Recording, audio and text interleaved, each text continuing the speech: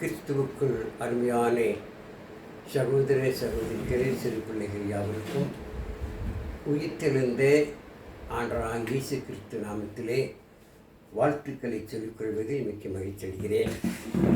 எனக்கு அன்பார்ந்தவர்களே, இந்த அருமையான கற்றனாலே நாம் முரசலராக ஒன்று கூடி பரலோகத்தின் தேவனையை மகிமைப்படுத்தும்படியாக நாம் அவரை யாவரும் ஆவியோடும் உண்மையோடும் தொழுது கொள்ளும் சாக்கியத்தை பெற்றமைக்காக நாம் பரலோகத்தின் தேவனுக்கு நாம் நன்றி சொல்வோம்.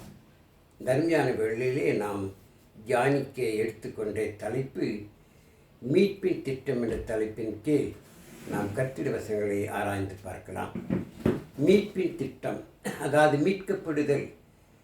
மீட்பு என்றாலே நாம் பழைய பாவமான ஜீவித்திலிருந்து தேவனுக்கு விரோதமான வாழ்க்கையிலிருந்து பிசாசின் பிடியிலிருந்து தேவன் நம்மை மீட்டெடுக்கின்றார். அதுதான் மீட்கப்படுதல்.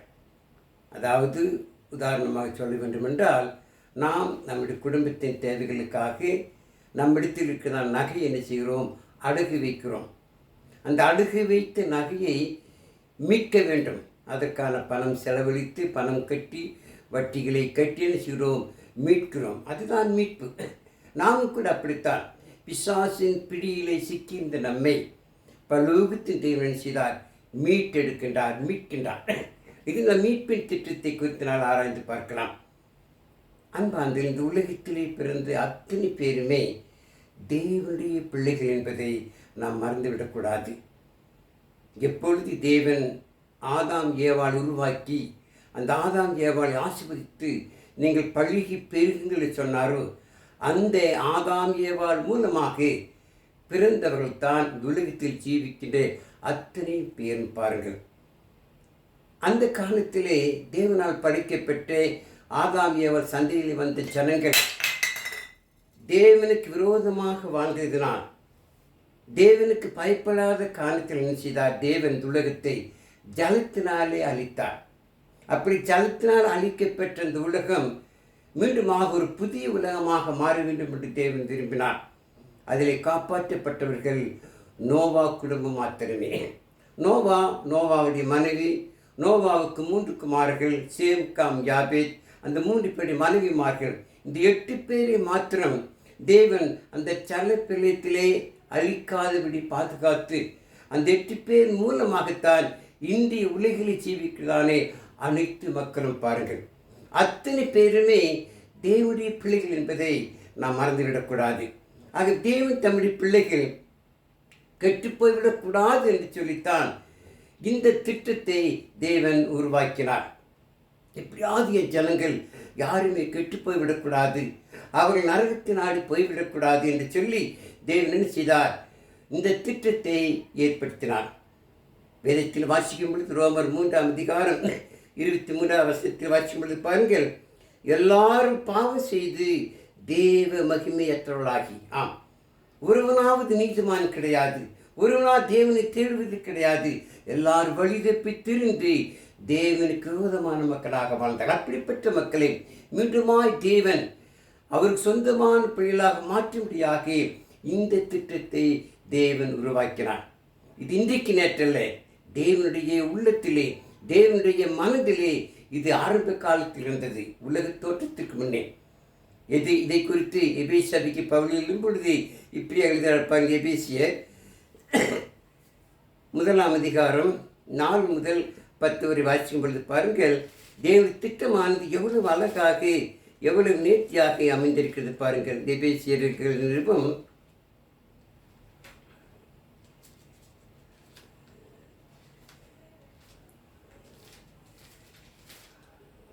பாருங்கள்.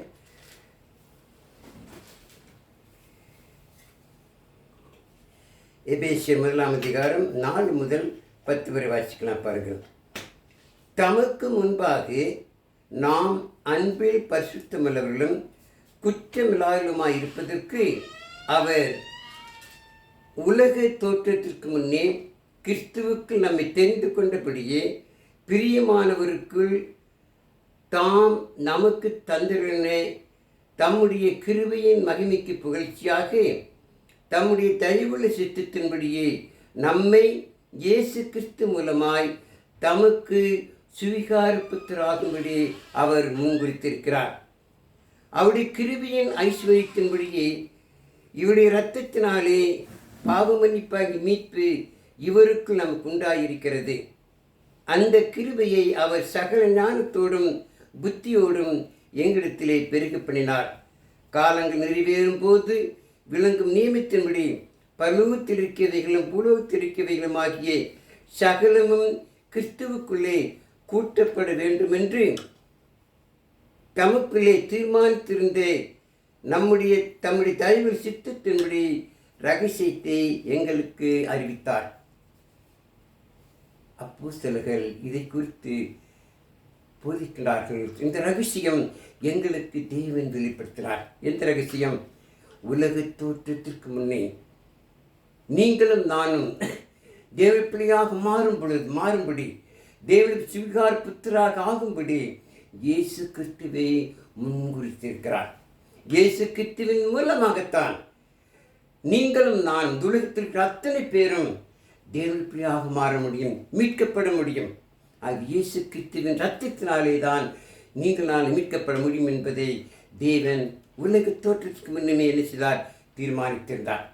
இந்த திட்டத்தை பரிசுத்த பவுல் அதே எபேசிய சபைக்கு எழுதுகிறார். பாருங்க, எபேசியர் 3:9-11 வாசிக்கலாம். தேவன் நம்முடைய கர்த்தராகிய இயேசு கிறிஸ்துவுக்குள் கொண்டிருந்த அநாதி தீர்மானத்தின்படியே உன்னதங்களுள்ள துரைத்தனங்களுக்கும் அதிகாரங்களுக்கும் அவருடைய அனந்த ஞானமானது சபையின் மூலமாக இப்பொழுது தெரிய வரும் பொருட்டாக இயேசு கிறிஸ்துவை கொண்டு எல்லாவற்றையும் சீர்திருத்த தேவனுக்குள்ளே ஆதி காலங்கள் முதல் மறைந்திருந்த ரகசியத்தினுடைய ஐக்கியம் என்னதென்று எல்லாருக்கும் வெளிப்படையாக காண்பிக்கிறதற்கு இந்த கிருபை எனக்கு அளிக்கப்பட்டிருக்கிறது. பவுல் கூறுகிறார். நாம் ரட்சிக்கப்பட வேண்டும், நாம் மீட்கப்பட வேண்டும். இதே அநாதி திட்டம், அநாதி தீர்மானம், அதை சபையின் மூலமாகத்தான் என்பதை வெளிப்படுத்துவதற்காக, அறிவிப்பதற்காக பவுலுக்கு இந்த கிருபை அளிக்கப்பட்டது என்று சொல்லி அவர் சந்தோஷமாக மகிழ்ச்சியாக கூறுகிறார். ஆமரிமார்களே, அநாதி திட்டம், மீட்பு திட்டம் தேவனுடைய அநாதி திட்டமாக இருக்கிறது, அநாதி தீர்மானமாக இருக்கிறது. ஆகவேதான் யோவான் 3:16 நாம் வாசிக்கும் பொழுது தேவன் தம்முடைய ஒரே பேரான குமாரனை விசுவாசிக்கிறவன் எவனோ அவன் கெட்டுப்போகாமல் நித்திய ஜீவனை அடையும்படிக்கு அவரை தந்தருளி இவ்வளவாய் உலகத்தில் அன்பு கொண்டாராம். தேவனுடைய அன்பு எவ்வளவு பிரித்து பாருங்கள். ஒருவராவது கெட்டு போய்விடக்கூடாது, ஒருவராவது நரகத்து நாடி போய்விடக்கூடாது. ஆகவே தேவன் தமிழுக்குமானாய் இயேசு கிறிஸ்துவை இந்த உலகத்திலே அனுப்பினார். பாருங்கள், இது எவ்வளவு பெரிய அன்பு. இந்த அன்பிற்கு அகைப்பு என்று பெயர். இந்த அன்பிற்கு அளவு கிடையாது. ஆகவே தேவனுடைய அன்பை பாருங்கள். மீட்பின் திட்டம் இந்த உலக தோற்றத்துக்கு முன்னமே நானது உருவாக்கப்பட்டது. நீங்கள் நான் செய்வோம் நன்கு புரிந்து தேவனுக்கு பிரியமாக வாழ வேண்டும். இது தேவ திட்டமாக இருக்கிறது, தேவனுடைய தீர்மானமாக இருக்கிறது. பாருங்கள், அது மாத்திரமல்ல, பேதுருக்கு எழுதும் பொழுது இந்த உலகத்தில் இருக்கிற அத்தனை பேருமே ஒருவராவது கெட்டு போய்விடக்கூடாது என்று சொல்லி அவர் மிக அழகாக அங்கு போதிக்கார். பாருங்கள், 2 பேதுரு 3:9 வாசிக்கும் பொழுது பாருங்கள், 2 பேதுரு பாருங்கள் 2 பேதுரு 3:9 தாமதிக்கிறார் என்று சிலர் எண்ணுகிறபடி கர்த்தர் தமது வாக்குத்தத்தத்தை குறித்து தாமதமாயிராமல் ஒருவரும் கெட்டு போகாமல் எல்லாரும் மனம் திரும்ப வேண்டும் என்று விரும்பி நம்மேல் நீடிய பொறுமையுள்ளவராயிருக்கிறான். பாருங்கள், இந்த உலக அநேகர் சொல்லுவார்கள், ஏன்னா அந்த உலகத்திலே அநியாயம் செய்துட்டே போகிறான், இன்றைக்கு அவன் தான் நல்லா இருக்கிறான், இதோ கடவுள் நியாயம் தீர்ப்பார், தண்டிப்பார் சொல்கிறார். எங்கு தண்டிக்கிறார்? இல்லவே, எல்லாரும் இன்றைக்கு பாவம் செய்கிறவன் தான் சுகமாக வாழ்க்கை சொல்லி. ஆனால் தேவன் தாமதிக்கிறார் என்றால் ஒரு நோக்கம் உண்டு. எல்லாரும் மனம் திரும்ப வேண்டும், ஒருவராவது கெட்டு போய்விடக்கூடாது.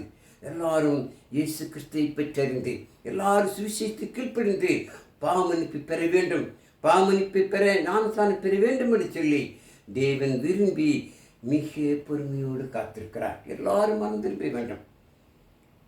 பரிசுத்த பவுல் மார்ச் மேடையிலே அவங்கள மக்களுக்கு போதிக்கும் பொழுது அப்போஸ்தலர் 17ஆம் அதிகாரத்திலே அறியாமையுள்ள காலங்களை தேவன் காணாதவர் போல் இருந்தார். இப்பொழுது மனம் திரும்ப வேண்டும் என்று விரும்பி எங்கும் உள்ள மனுஷனுக்கு கட்டளை ஆமரிமார்களே, எல்லாரும் மனம் திரும்ப வேண்டும். ஆகவே இந்த மனம் திரும்பி தேவப்பிரியாக மாறுவதற்காகத்தான் பரலோகத்தின் தேவன் ஆண்டவராகிய இயேசு கிறிஸ்துவை இந்த பூவுலகில் அனுப்பினார். அந்த ஆண்டவராகிய இயேசு கிறிஸ்துவின் இரத்தத்தினால்தான் நீங்கள் நானும் கழுவப்பட முடியும், மீட்கப்பட முடியும் என்பதை நாம் நன்கு அறிந்து கொள்ள வேண்டும். வேதத்தை வாசிக்கும் பொழுது 1 பேதுரு 1ஆம் அதிகாரம் 18-19 வாசிக்கலாம் பாருங்கள். 1 பேதுரு 1ஆம் அதிகாரம்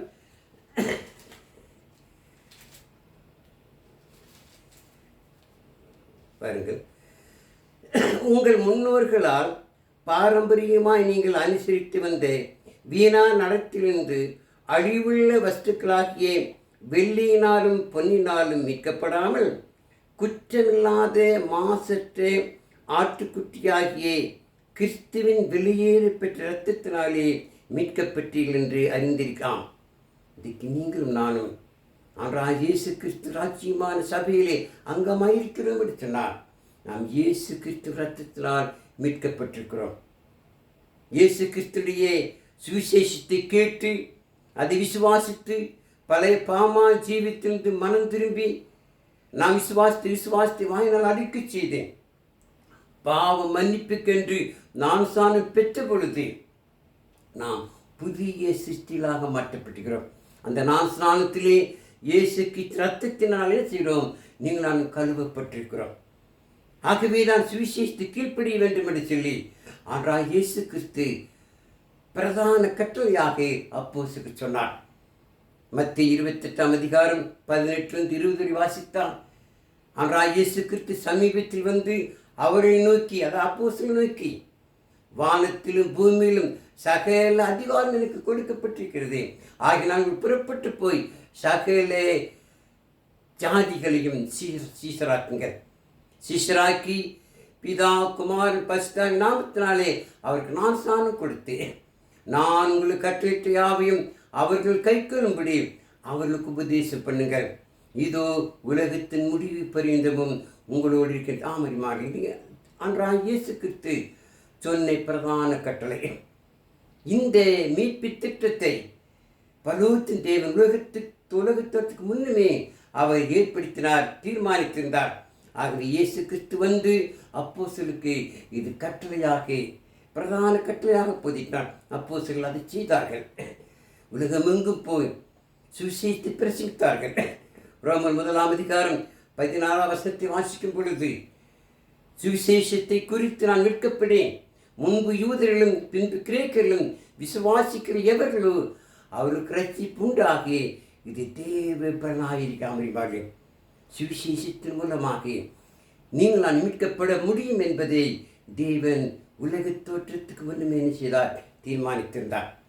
முதலாக மீட்பின் திட்டம் கிபி 33ஆவது வருடத்தில் பெந்தேகோஸ்து நாளில் எருசலேமில் தான் அங்கு அமுலாக்கினது, அங்குதான் நிறைவேறிற்று.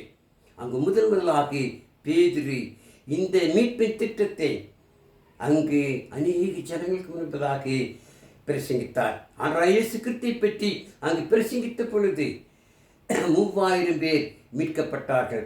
3000 பேர் கர்த்தருடைய சபையிலே அங்கமானார்கள். இது தேவனாதி திட்டம். இதை குறித்து ஏசாயா தீர்க்கதரிசி சொல்லும் பொழுது, ஏசாயா 2ஆம் அதிகாரம் 2-3 வசனங்களிலும், மீகா 4ஆம் அதிகாரம் முதல் 2 வசனங்களிலும் திரளான ஜனங்கள் கூடியவர். வாசிக்கலாம் பாருங்கள். ஏசாயா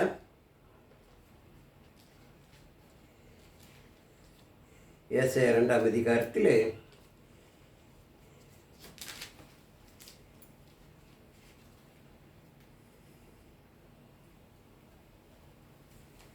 பாருங்கள்.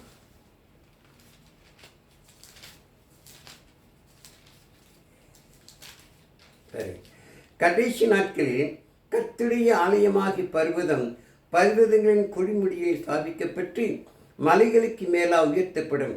எல்லா ஜாதிகளும் அதில் கூடி வருவார்கள். திரளான ஜனங்கள் புறப்பட்டு வந்து நாம் கர்த்தரின் பர்வதத்துக்கும் யாக்கோப்பின் தேவனுடைய ஆலயத்துக்கும் போவோம் வாருங்கள். அவர் தமது வழிகளை நமக்கு போதிப்பார், நாம் அவர் பாதையில் நடப்போம் என்பார்கள். ஏனெனில் சீயோனிலிருந்து வேதமும் எருசலேமிலிருந்து கர்த்தரின் வசனமும் வெளிப்படுமாம். இது பரலோகத்தின் தேவன் ஆனால் இயேசு கிறிஸ்து நமக்காக இந்த உலகத்திலே பிறந்து அவர் வளர்ந்து 30 வயதிலே ஞானஸ்நானம் பெற்று ஊழியத்தை ஆரம்பிப்பதற்கு அநேக 1000 ஆண்டுகளுக்கு முன்பதாக ஏசாயா தீர்க்கதரிசி இதை தீர்க்க தரிசனமாக உரைத்தார். அதாவது கடைசி காலம், அதாவது நியாய தீர்ப்பிற்கு பிறகு வந்த அந்த கடைசி காலம், அந்த கடைசி நாட்களில் பரலோகத்தின் தேவன் திரளான ஜனங்களுக்கு சுவிசேஷத்தை சொல்லி, திரளான ஜனங்கள் அந்த சுவிசேஷத்தை கேட்டு மனமாறி குணப்படும்படி மீட்கப்படும்படி இது நடக்கும். இது எருசலேமில் நடக்கும்.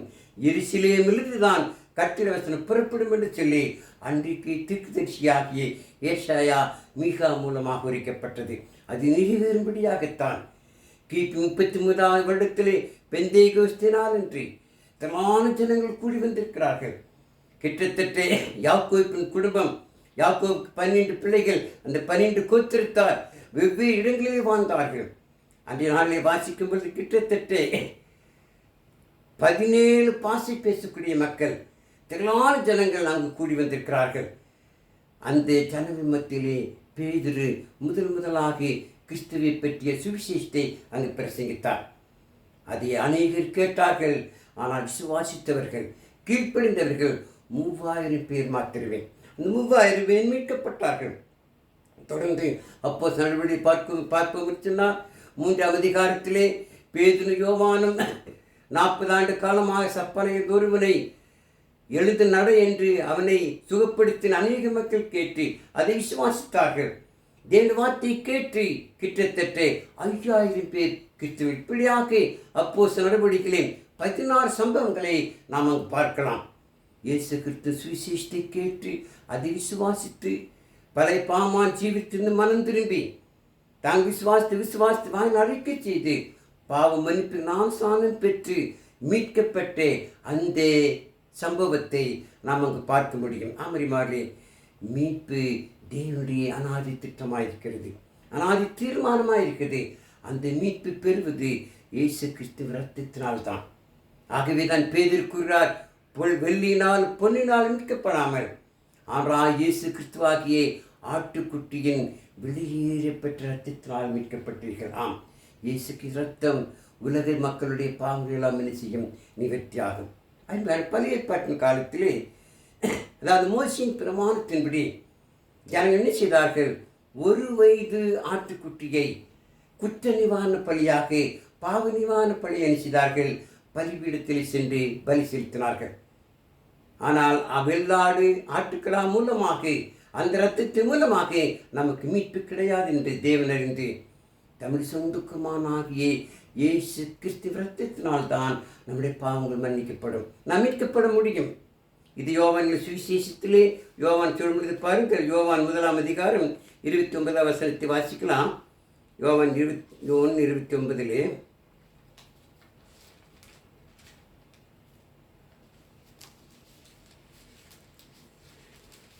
பாருங்க.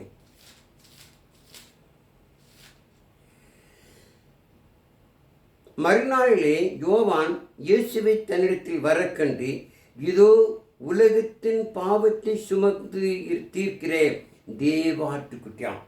ஆனால் இயேசு கிறிஸ்து தேவாட்டுக்குட்டியாக அங்கு காணப்படுகிறார். எல்லாருடைய பாவங்களுக்காகவும் இரத்தத்தை சிந்துவதற்காக ஆனால் இயேசு கிறிஸ்துவை தேவன் தெரிந்து கொண்டார். எல்லாருடைய பாவங்களுக்காக ஆனால் இயேசு கிறிஸ்து தண்டிக்கப்பட்டார், ஜீவபலியை ஒப்புக் கொடுத்தார். சிலுவையிலே தொங்கி அவர் ரத்தம் சிந்தினார். சவுக்கள் அடிக்கப்பட்டு அவர் ரத்தம் சிந்தினார். அவருடைய சரீரமான பிரிக்கப்பட்டது. நமக்காக அவர் ஜீவ பலியாக ஒப்புக் கொடுத்தார், நமக்காக பலியான். ஆகவேதான் இயேசு கிறிஸ்து ரத்தத்தினால் நீங்களும் நானும் மீட்கப்பட்டோம். இன்றைக்குள்ள இருக்கிற அத்தனை பேரும் அவர் ரத்தத்தினால் மீட்கப்பட முடியும் என்ற திட்டத்தை தேவன் உலக தோற்றத்திற்கு முன்னமே என்ன செய்தார்? தீர்மானித்தார். அந்த தீர்மானம்தான் பரிசுத்த வேதாகமத்திலே பரிசுத்தாவியானவர் நமக்கு பதிவு செய்திருக்கிறார். அதை நீங்கள் வாசித்து, அதை கேட்டு, அதை விசுவாசித்து என்ன செய்ய வேண்டுமா? நாம் தேவனுடைய பிள்ளையாக மாற வேண்டும். இது அப்போஸ்தலர்கள் செய்தார்கள். ஆகவே தான் அந்த உலகிலே அநேக இடங்களில் இன்றைக்கு அநேகர் கிறிஸ்துவர்களாகி கிறிஸ்து ராஜ்யமான சபையிலே அங்கமாகி மீட்கப்பட்ட மக்களாயிருக்கிறார்கள். மீட்பு என்பது இயேசு கிறிஸ்துவின் இரத்தத்தில் சம்பாதிக்கப்பட்டு அவருடைய சபையின் மூலமாகத்தான் மீட்பு கிடைக்கும். பாருங்கள், எபேசியர்களும் எபேசியர் 5ஆம் அதிகாரத்திலே 23ஆம் வசனத்தை வாசிக்கும் பொழுது, சபையின் மூலமாகத்தான் சபையை ஆண்டவராகிய இயேசு கிறிஸ்து ரட்சிக்கிறார். சபைதான் ரட்சிக்கும். எப்படி? கிறிஸ்துவுக்குள் பிறந்து கிறிஸ்து ராஜ்யமான சபைக்கு அங்கமாகும் பொழுது அமரிமாகி ஒரே ஒரு சபை.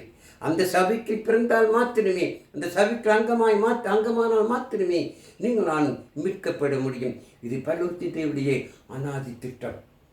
இன்னைக்கு அநேகர் நிற்கிறார்கள். நன்மை செய்தால், அநேக ஏழைகளுக்கு உதவி செய்தால் நாம் மீட்கப்படலாம், நாம் பாதுகாக்கப்படலாம், நாம் சொர்க்கத்துக்கு போகலாம் என்று அநேக நிற்கிறார். அப்படி இல்லை. வேதத்தில் வாசிக்கும் தீர்த்து இதை குறித்து சொல்லும்போது பாருங்கள், தீர்த்து 3ஆம் அதிகாரம் 5ஆம் வசனத்திலே, நாம் செய்த நீதின் கிரிகள் நிமித்தம் அவர் நம்மை ரட்சியாமல் தமது இரக்கத்தின்படியே மறுஜென்ம முழுக்கினாலும் பரிசுத்த ஆவியினுடைய புதிதாக்கினாலும் நம்மை ரட்சித்தாராம். நன்மை செய்வதன் மூலமாக நாம் ரட்சிக்கப்பட முடியாது. தேவனுடைய திட்டத்திற்கு, தேவனுடைய அநாதி தீர்மானத்திற்கு நீங்கள் நான் கீழ்ப்பட வேண்டும். அதற்கு தேவனுடைய வசனத்தை என்ன செய்யணுமாம்? நாம் கேள்விப்பட வேண்டும்.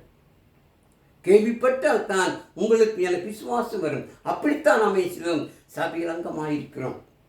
தேவ வசனத்தை கேட்டு அதை விசுவாசித்து பழைய பாமான் ஜீவித்திருந்து மனம் திரும்பி நாம் விசுவாசித்து வாழ அறிக்கை செய்து பாவ மன்னிப்புக்கென்று நாம் சாண பெற்ற பொழுது நாம் புதிய சிருஷ்டிகளாக மாற்றப்பட்டு கிறிஸ்துவின் ராஜ்யமான சபையிலே அங்கமானோம்.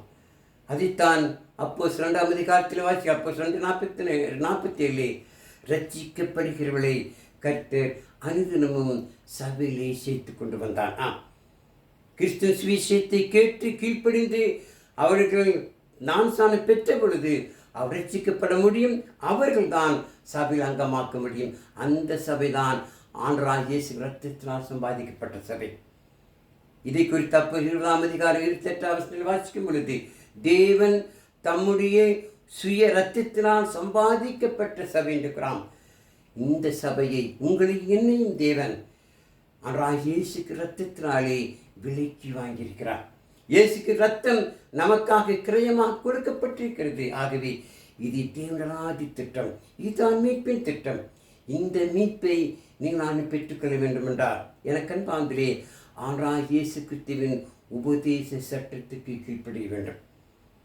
ரோம சபைக்கு எழுதும் பொழுது பவுல் இப்படியாக ரோமர் 6ஆம் அதிகாரம் 16-17 வாசித்தார். நீங்கள் ஆண்டவராகிய இயேசு கிறிஸ்துவின் உபதேச சட்டத்திற்கு கீழ்ப்படிந்ததினால் நாங்கள் பரலோகத்தின் தேவனுக்கு ஸ்தோத்திரம் சொல்வோம் என்று கூறாமறிமாகி நாம் ஆண்டவராகிய இயேசு கிறிஸ்துவின் உபதேச சட்டத்திற்கு கீழ்ப்படிந்து நாம் மீட்கப்பட வேண்டும். அப்படித்தான் மீட்கப்பட்டிருக்கிறோம். மீட்கப்படாமல் எத்தனையோ பேர் இருப்பார்கள். இந்த சத்தியத்தை நீங்கள் நானும் மற்ற மக்களுக்கு சொல்ல வேண்டும், மற்ற மக்களுக்கு போதிக்க வேண்டும். இந்த மீட்பின் திட்டத்தை நாம் மற்றவர்களுக்கு சொல்ல வேண்டும். அதற்காகவே தேவன் நம்மை அழைத்திருக்கிறார். 1 பேதுரு 2ஆம் அதிகாரம் 1ஆம் வசனத்தில் வாசிக்கும் பொழுது, தேவன் நம்ம என்ன செய்தார்? அவருடைய ஆச்சரியமான ஊழியத்திற்கு வரவழைத்திருக்கு. எதற்காக?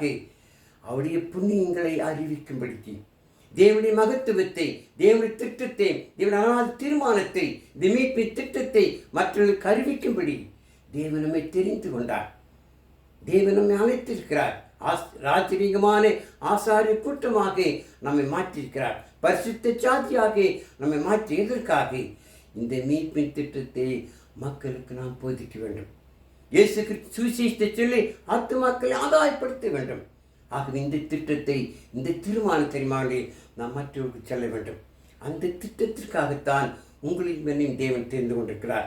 ஆகவே இந்த அருமையான வேளையிலே இந்த மீட்பு திட்டத்தை குறித்து நாம் தெரிந்து கொண்டோம், அறிந்து கொண்டோம். இது பல தீர்மானம். இந்த திட்டத்தின்படி ஆண்டவராகிய இயேசு கிறிஸ்துவின் சுவிசேஷத்தை அநேகருக்கு சொல்வோம், அநேக ஆத்துமாக்களை ஆதாயப்படுத்துவோம், அநேகரை மீட்கப்பட நாம் உதவி செய்வோம். தேவன் தாமே இந்த வசனத்தையும் கேட்டு நம் அனைவரையும் ஆசிப்பார். உங்கள் அன்பார்ந்த கவனத்திற்கு நன்றி நான் சொல்லிக்கொள்கிறேன். எனக்கு அன்பார்ந்தே இதை நீங்கள் கேட்கின்றீர்கள். இதை கேட்டு மற்றவருக்கு என்ன செய்யுங்கள், அதை சப்ஸ்கிரைப் பண்ணுங்கள், இதை நீங்கள் லைக் பண்ணுங்கள். அநேக சுவிசேஷத்தை கீழ்ப்பட வேண்டும், அநேக ஆத்துமாக்கள் ரட்சிக்கப்பட வேண்டும். ஜெபம் செய்வோம். இறக்கு மிகுந்த எங்கள் பரலோக பிதாவே, உன்னதத்தில் வாசம் செய்கிறவரே, தர்மையான வேளையிலே நாங்கள் யாவரும் ஒன்று கூடி மீட்பின் திட்டத்தை குறித்து நாங்கள் தியானித்தோம் பிதாவே. இந்த மீட்பின் திட்டம் உம்மால் உருவாக்கப்பட்டது. உலக தோற்றத்துக்கு முன்னமே பிதாவை தீர்மானித்திருக்கிறேன்.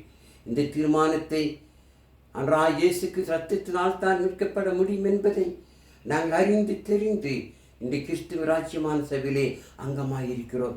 இதை மற்றவர்களுக்கு போதிக்கத்தக்க ஆற்றலை அறிவை எங்கள் யாவருக்கு நீங்கள் தந்தரும் பிதாவே. இந்த ஊழியத்தை ஆசிரியரின் தரப்பினே கூடி வந்த மக்களை ஆசிரித்து காத்துக்கொள்ளும். எல்லாருடைய பாவக்குட்டு தயவாக மன்னியும்.